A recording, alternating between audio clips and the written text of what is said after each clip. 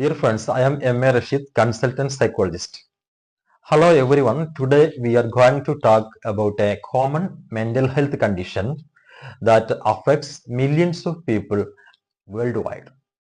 Social anxiety disorder എന്നൊക്കെ, അതായത് social phobia എന്നൊക്കെ പറയുന്ന ഈ സാമൂഹിക ഉത്കണ്ഠ രോഗം ലോകത്ത് ഒരുപാട് ആളുകൾ ബാധിച്ചുകൊണ്ടിരിക്കുന്ന ഒരു കാര്യം തന്നെയാണ്.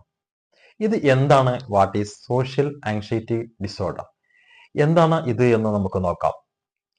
ഈ social anxiety disorder is A mental health condition characterized by excessive fear or anxiety in social situations.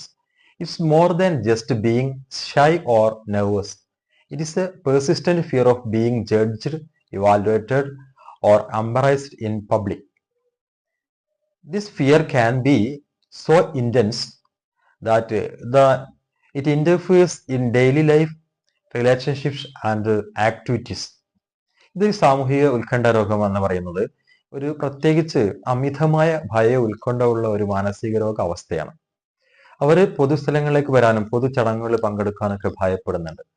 ഇതൊരു ആളെ കാണുമ്പോൾ ലജ്ജ ചില ആളുകൾക്ക് ഉണ്ടാകും, ഷൈ നേച്ചർ, അതേപോലെ നെർവസ്, ആളുകളോട് സംസാരിക്കാൻ ഒരു ഭയമൊക്കെ ഉണ്ടാകും. അത് മാത്രമല്ല, പൊതുസ്ഥലത്ത് വിലയിരുത്തപ്പെടുകയോ അവരെ കുറിച്ച് മുൻവിധി ആളുകൾ നൽകുകയോ അതുപോലെ ലജ്ജിക്കപ്പെടുകയോ എന്ന രൂപത്തിലുള്ള ഒരുപാട് വളരെ തീവ്രമായ ഭയമായിരിക്കും അവർക്ക് ഉണ്ടായിരിക്കുക. ഈ ദൈനംദിന ജീവിതത്തെ, റിലേഷൻഷിപ്പിനെയും പ്രവർത്തനങ്ങളെയും ഒക്കെ ഇത് ബാധിക്കുകയും തടസ്സപ്പെടുത്തുകയും ചെയ്യുന്നു എന്നുള്ളതാണ് വളരെ ഗുരുതരമായ ഒരു കാര്യം. പക്ഷേ ഇതിന്റെ ലക്ഷണങ്ങൾ നമുക്ക് നോക്കാം. ഇതിന്റെ ലക്ഷണങ്ങൾ എന്ന് പറയുന്നത് സോഷ്യൽ ആങ്സൈറ്റി, അതുപോലെ ആങ്സൈറ്റി ഡിസോർഡറിലൊക്കെ ഉള്ള അതുപോലെ തന്നെ ഹേർട്ട് ബീറ്റ് കൂടുന്നുണ്ട്. അതുപോലെ സ്വെറ്റിംഗ്, വിയർപ്പ്, ശരീരത്തിൽ ഇങ്ങനെ വിയർപ്പ് ഉണ്ടാവും.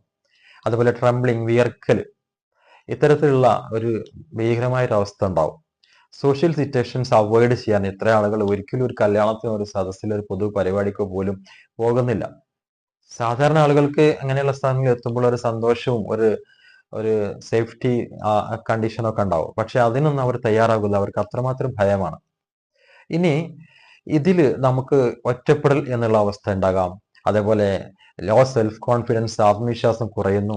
ലോസ് ഓഫ് ഓപ്പർച്യൂണിറ്റീസ്, അവരിങ്ങനെ ഒന്നിലേക്കും പോകാതിരുന്നു കഴിഞ്ഞാൽ അവർക്ക് പഠനത്തിലും ജോലി സാധ്യതയിലും ഒക്കെ ഉള്ള ഒരുപാട് ഓപ്പർച്യൂണിറ്റീസ് നഷ്ടപ്പെടുന്നു. അവർ ഒതുങ്ങിക്കൂടുന്ന ഒരു അവസ്ഥയിലേക്ക് വരുന്നു. ഇതിനെ നമുക്ക് ചികിത്സിക്കാവുന്ന ഒരു രോഗമാണ്, ചികിത്സിക്കാവുന്ന ഒരു വൈകല്യം മാത്രമാണ്. അതുകൊണ്ട് ഭയപ്പെടേണ്ടതില്ല. ഇതിന് വേണ്ടത് അവരെ മനസ്സിലാക്കാൻ പറ്റുന്ന, മറ്റുള്ളവർക്ക് അവരുടെ പ്രശ്നം എന്താണെന്ന് മനസ്സിലാക്കാൻ പറ്റണം. അതുപോലെ അവർക്ക് സപ്പോർട്ട് കൊടുക്കുക. പിന്നെ പ്രൊഫഷണൽസിന്റെ അടുത്തേക്ക് അവർ എത്തിക്കുക. പ്രൊഫഷണൽസ് എന്ന് പറയുമ്പോൾ സൈക്കോളജിസ്റ്റുകൾ, അതുപോലെ മെന്റൽ ഹെൽത്ത് കെയർ പ്രൊഫഷണൽസ് ഇവിടെയൊക്കെ അടുത്ത് എത്തിക്കുകയും വേണ്ട രൂപത്തിലുള്ള കൗൺസിലിങ്ങും ട്രീറ്റ്മെന്റ് ഒക്കെ നൽകുക. ഇതിന് വരുന്ന ചികിത്സ എന്ന് പറയുന്നത് തെറാപ്പികളാണ്. വിവിധതരം തെറാപ്പികൾ ഇതിന് ഉപയോഗിക്കാം. സൈക്കോളജിസ്റ്റുകളാണ് ഈ കാര്യങ്ങൾ ചെയ്യുന്നത്. അതുപോലെ മെഡിക്കേഷൻസ് വേണമെങ്കിൽ സൈക്യാട്രിസ്റ്റിന്റെ സേവനവും അത് ഉപയോഗപ്പെടുത്താം. അതുപോലെ സെൽഫ് കെയർ ടെക്നിക്സ്, അതേപോലെ റിലാക്സേഷൻ മെഡിറ്റേഷൻസ്, നമ്മളെ മനസ്സിനും ശരീരത്തിനും റിലാക്സ് നൽകുന്ന മെഡിക്കേഷൻസ് ഉണ്ട്, മെഡിറ്റേഷൻസ് ഉണ്ട്, ധ്യാനങ്ങൾ, അതുപോലെ സപ്പോർട്ട് ഗ്രൂപ്പ്സ് എന്നിവയൊക്കെ ഇതിന് ഗുണം ചെയ്യും.